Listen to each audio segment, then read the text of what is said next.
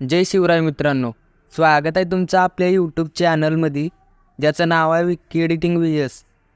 तर आज आपण कॉलिग्राफीवर व्हिडिओ बनवलेला आहे। तर तुम्ही पण कॉलिग्राफी शिकत असाल किंवा हा तुमचा पहिला एक्सपिरियन्स आहे तर हा व्हिडिओ तुम्ही शेवटपर्यंत बघा। आणि जोपर्यंत कॉलिग्राफी बरोबर येत नाही तोपर्यंत बरोबर काढण्याचा प्रयत्न करा।